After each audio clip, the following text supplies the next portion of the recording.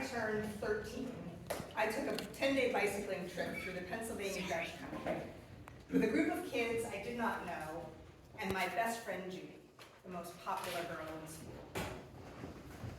7th grade had left my self-esteem in tatters, and this was to be my fresh start, my chance to be popular, maybe even to be liked by a boy.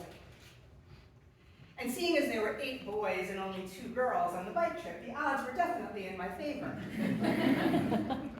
But on the first night, as we sat around a campfire, those 8 boys fluttered around Judy like summer moths, while I sat in the shadows, licking marshmallow goo off my fingertips. The next night was not much better. At the amusement park, all the boys clamored to ride with Judy on the roller coaster. The last boy standing looked at me and said, "I'll go alone."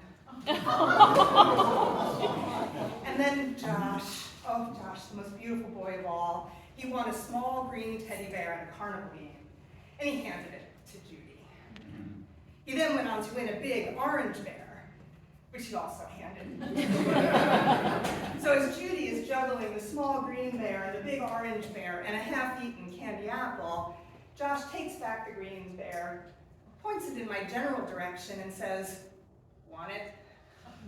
I swooned. I treasured that cast-off, hand-me-down carnival bear. I strapped him to my bike with bungee cords and pedaled him proudly across the great state of Pennsylvania. I wasn't insulted. I knew I wasn't the girl that got the big bear. I was the girl grateful to have any bear at all. I was a 20-year-old version of that girl when I met the man who would become my husband. I was on my way to becoming a corporate lawyer. He was a struggling musician with a blue-collar day job. When we decided to get married and start a family, it was clear we were going to need my income. So we agreed that he would stay home with the kids and I would return to work full-time. We were going to swap roles and be a modern feminist couple. And just like my mom had promised, I'd be able to have it all: marriage, motherhood, and a career. But it turns out he was no Mr. Mom. I would come home from work after a long day, and the house would be a mess. I could barely put my briefcase down before getting a baby thrust in my arms. And dinner? Well, it wasn't on the table, and it wasn't in the oven either. So I put on my sweatpants, put the baby in a high chair, and get to work on dinner. I didn't complain.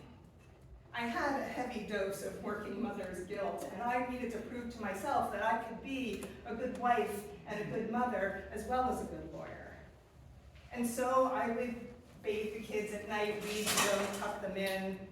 I'd pick up groceries on my way home from work so I could make dinner and make school lunches for the next day. I would check homework and sign permission slips. I'd fold laundry. You know, the mom stuff. You see, we hadn't swapped roles, and I wasn't having it all. I was doing it all. And that's how it stayed. And like a frog in slowly boiling water, I didn't notice how unbalanced things had become, how unappreciated I felt, how just as I'd done with that small green bear, I was settling for less than I was worth. And then one day, when my son was home from college, I came home from work in the evening with my bag of groceries, ready to get started on dinner. But when I walked in the house, something was different. The kitchen light was on, and there was music playing. The air was filled with the scent of frying onions. I walked into the kitchen, and there was my son, standing at the stove and smiling at me with such love that it stopped me in my tracks. He had made me dinner. In that moment, and with that simple act, I saw everything that I had forfeited, everything that I had felt unentitled to. He put down his spatula and he gave me a hug. A great big bear hug. 18 months later, I was on my way to a new life as a single woman. I still do all the chores myself, but I do them for myself. And I celebrate my bravery and my strength and my endurance and my steadfast commitment to never again settle for the small breed bear. Thank you.